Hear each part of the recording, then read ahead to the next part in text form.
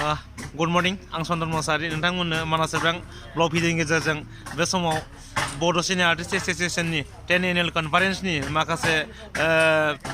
second Danny माखासे नुथायनि थाखाय आरो सिगांबावदो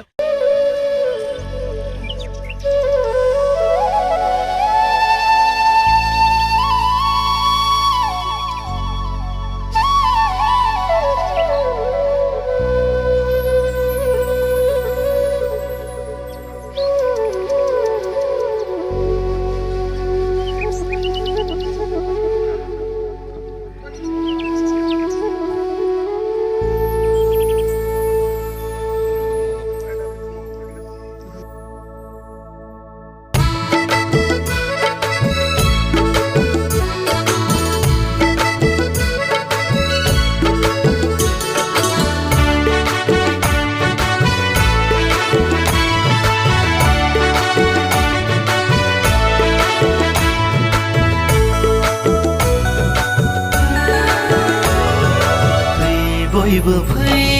बर' सुबुंफोर फै बयबो फै बर' सुबुंफोर नोंथांमोना गोजोन फुंबिलिनि बे फिरफिला बिरनायखौ नुनो मोनदों बड' सिने आर्टिस्ट एस'सिएशननि बिथांमोना गिबि नैथि साननि हाबाफारि बायदि बिथांमोना फिरफिला बिरहोदो बे समाव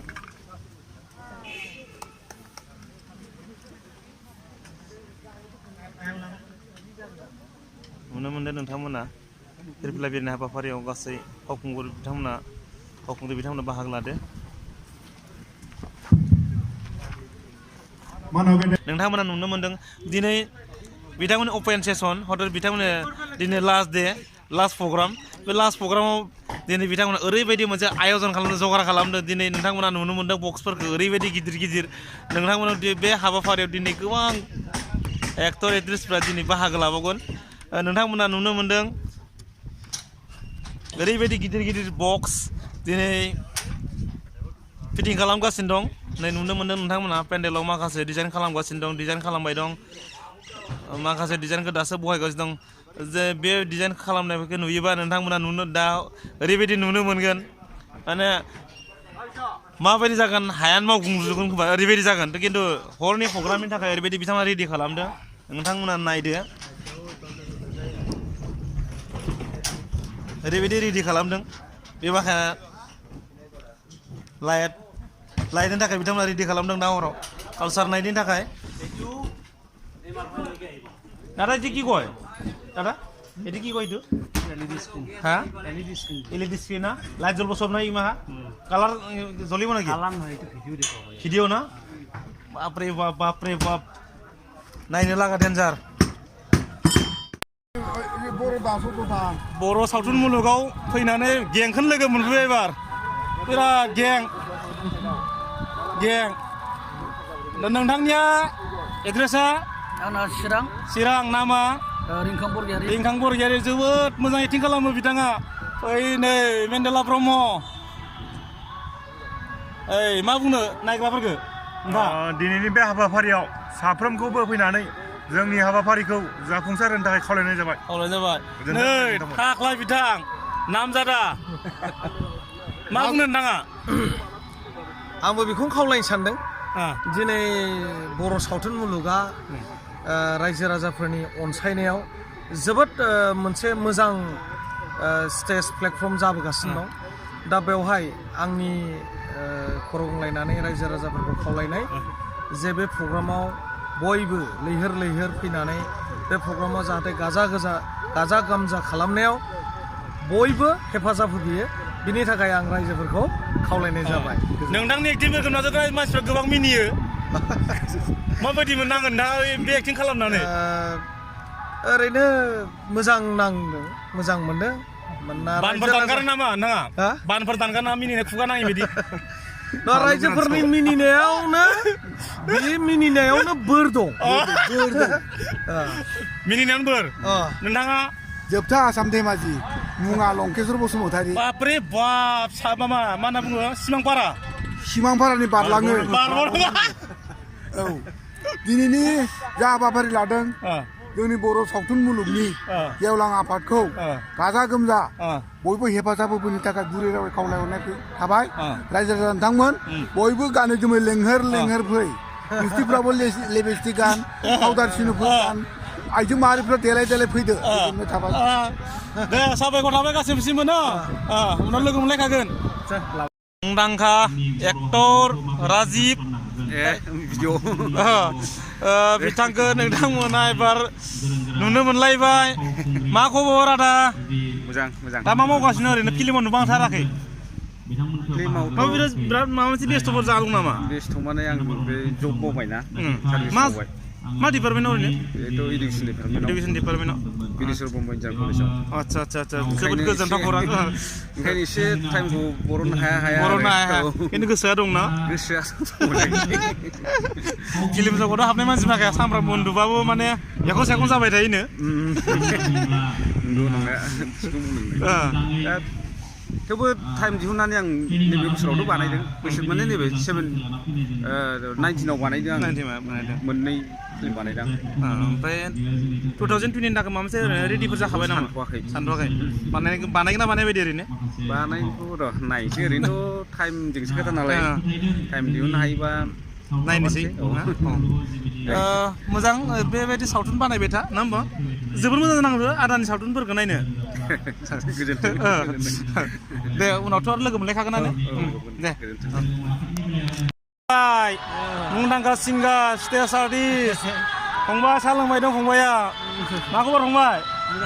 मुला फैनाय मुला थांगोन दिनै थांगोन आदसा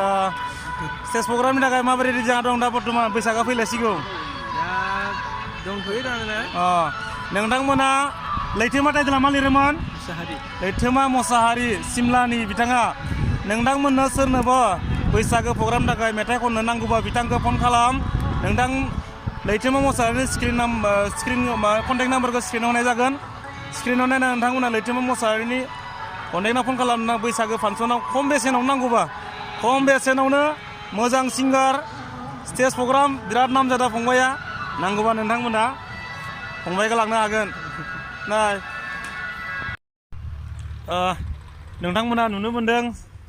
माखासे मुंदांखा फावखुंगुर एक्टर माखासे बेहाय दंफैयो दा नोंथांना मा नाम मोनलाय उत्तम बसुमतारी गामिया बाक्सा सालबारि आदसा नोंथाङा मा सिनेमा बानायखो दा आथिखालाव ओरैनो दा अननाय गैयै उदखारि गोसोनि राव बिदिनो बुरखाय हाया आरो लोगोसे बावजोब्बाय ना गोबाव जाबाय नालाय ना आरो नेक्स्ट मा फिल्मफोर बानायनो नागिरबावदों ओरैनो नेक्स्टआव दा जाथ'वाखै ना रेडि जालांदों नेक्स्टनि थाखाय नङा होमबा नेक्स्टनि थाखाय रेडि जानानै दं आरो सासे खोन्थाबावनि आं नोंथांनो साबायखर नोंथांसिम आदा मा नाम मोनलाय खुलुमबाय आंनि नामा बेबिन बसुमतारी गामिया बाक्सा जफा दं बिराद नामजादा जफा दङ न जफा दङथ' नामजादायानो गोदोनिफ्राय नामजादाखा नोंथाङाथ' बिराद जोबोद मोजां माने शुटिंआव बिराद मोजां रल लायो ओरैनो नोंथाङा मोनबेसे फिल्म बानायखांखो ओरैनो आथिखालाव आङो सापर्टिं रल हिसाबै आङो मोनबासो दङ नंगौ मोनबासो दं ओमफ्राय एलबामा ओरैनो 7-8 दं आरो आंना माने फार्स्ट फिल्मानो जाहैबाय आंना लाभनि गुथाल बिनि उनाव माबा जालांबाय जुलिनि उनाव ओमफ्राय फिरायनाय नेनानै थाहैगोन गोनो गोथो बिदिनो बायदिसिना ओमफ्राय गोसोआव गैजोबला ओमफ्राय जयफुलनि करिय'ग्राफाराव जोंहा जयफुल ब्रह्म दा बिनि करिय'ग्राफार खालामनायाव आङो 6थासो माने एलबाम खालामजादों आरो मोजां जादों नोंथांनि फिल्मा नायना जोबोद गोजोननाय मोनदों नोंथांनि फिल्मखौ नायनानै नेक्स्टआव आरोबाव मोजां बानायनो नाजाबावदो थेंक इउ ना आदा सार नोंथांनि एड्रेसखौ एसे बुंनानै जाहाथे मानास सेरफां ब्लग भिडिअ नायगिरि बिथांमोना जाहाथे एसे मिथिनानै लायो आंनि अरिजिनेल जोनोम गामिया बर' बाथारमारियावनो आं जोनोम मोन्दों बर' बाथारमारिनिफ्राय आं दा क'क्राझार एसे आवगायलांबाय दा आङो साइन्स कलेज खाथियाव थायो वार्ड नम्बर 3 बेनो आंनो माने आं शिफ्ट जाबाय आरो आंनि फंबाय आंनि बिफा बिसोरो बे आंनि आंगो गामियावनो थायो बर' बाथारमारि ओरैनो सार माबाफोर मावबावो नामा ओरैनो दा फिल्म जगताव हाबनायनि अनगायैबो आं ओरैनो बिजनेस मावो आरो फार्स्ट क्लास कन्ट्राक्टर ना माबाबो होननाय खोनादोंमोन आं फार्स्ट क्लास कन्ट्राक्टरबाबो आरो लोगोसे ससियेल वार्क मावनानै मोजां मोनो आरो आदसा ओमफ्राय मा मा फिल्म बहनखांखो ओरैनो फिल्माथ' फाथैलाय बिसिनाय सतबांसा समायना बिबारनि गेसाव देन्था बापरे बा गोबां दं आरो माने बावजोब्बाय माने नोंथाङा सायाखै नामा दा फिल्म बानायनो दाबो साया बे बैसोआव बे बैसोआवथ' साया खारन फिल्मा मोजांबाना इन्ट्रेस्टआ बारा जायो दाबो गोसोआ थारमाने सेंग्रायै दं आरो ना सेंग्रायैनो दं उपायथ' गैया उपायथ' गैया माने नै दा आरो जोङो फेब्रुवारियाव हयथ' जोङो मोनसे शुटिंनि माबा थारिख लादों ओरैनो टाइटेलखौबो जों दाबो सेलेक्ट खालामाखै दा आर्टिस्ट सिलेक्सन खालामगासिनो जों आरो मेथाइनि सायाव एसे माबागासिनो आरो काहानिफोरखौ नायगासिनो गतिके आं सम मोनोब्ला नोंथांमोनखौ निस्सय लेंहरगोन माबायाव पाब्लिश खालामनो मुहुर्त समाव नायनोबो मोनगोन नङा होमबा नेना थाबाय आदै नङा होमबा उन समाव बेबायदि मोजां मोजां फिल्मफोरखौ बानायनो थाखाय नाजालांबाय थाबावदो नङा होमबा औ जों एसे आपग्रेडसनबो खालामनांगोन आरो गोबाव जेरबावथोंसै जोंबो बयबो नामा नोंसोरखौबो आङो माने आंनि गोसो गोरबोनिफ्राय आंखौ इन्टारभिउ लाफैनो थाखाय थोजासे साबायखर बावबाय आरो इयुनाव लोगो मोनबावगोन होननानै मिजिंथिबाय आदसा थेंक इउ बे समाव मानास हाब्रां ब्लग भिडिअ नायगिरि नोंथांमोननिसिम गोजोननायखौ बावहरबाय मानास हाब्रां ब्लग भिडिअ नायगिरि नोंथांमोननि नायबाय थानाय ब्लग भिडिअखौ नोंथांमोना नायबाय दङब्ला अन्नानै नैबे बड' सिने आर्टिस्ट एस'सियेसननि समायना रमायना नुथायफोरखौ बयनोबो दिन्थिनो थाखाय नोंथांमोना दाबाव नोंथांमोना गुबुननो दिन्थिनो थाखाय नोंथांमोना बे बड' सिने आर्टिस्ट एस'सियेसनाव बाहागो लाफैनाय फावखुंगुर एक्टर एक्ट्रेसफोरखौ गुबुननो दिन्थिनो थाखाय नोंथांमोना लाइक शेयार खालाम आरो साबस्क्राइब खालामनो दाबाव आरो फैबाय थानाय समाव नोंथांमोननो गुबुन गुबुन भिडिअ दिन्थिनो थाखाय नाजाबावगोन बेनिखायनो नोंथांमोना अराय सम मानास हाब्रां ब्लग भिडिअखौ नायनो थाखाय नोंथांमोना दाबाव आरो नोंथांमोननो दिनैनि बे भिडिअनि गेजेरजों बेखौनो बुंनो दिनैनिख्रुइ साबसिन हामसिन उननि भिडिअफोराव दिन्थिनो थाखाय नोंथांमोना आरोबाव आं नाजाबावगोन बेनिखायनो दिनैनि ब्लग भिडिअखौ बेखिनियावनो फोजोबबाय जय बर' हारिनि जय